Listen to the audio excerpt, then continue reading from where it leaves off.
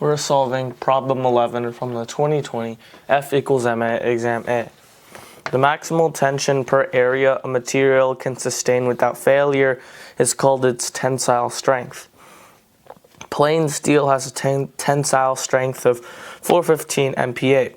What is the maximal mass one can hang on a vertical steel rod of negligible mass and diameter of 2 centimeters? So here we have, say, the bottom of the rod, radius r, and it's going down.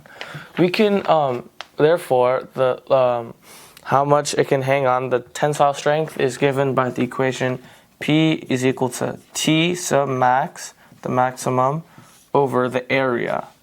So then the max can be represented as simply mg, because that's like the mass tension. And then area is simply pi r squared. In this case, because it's a cylinder and it's like the bottom of the surface. So then we solve for the mass because that's the maximal mass.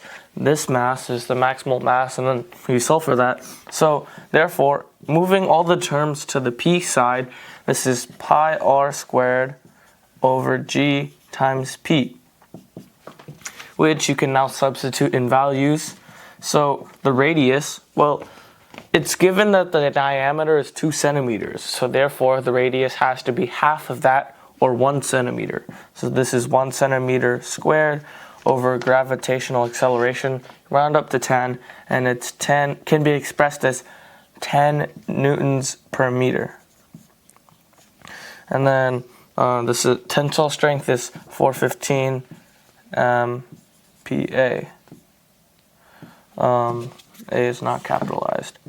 And then from this, you'll get that this is about 1,300 kilograms, or 13,000 kilograms of mass. So this is the maximal mass it can hang.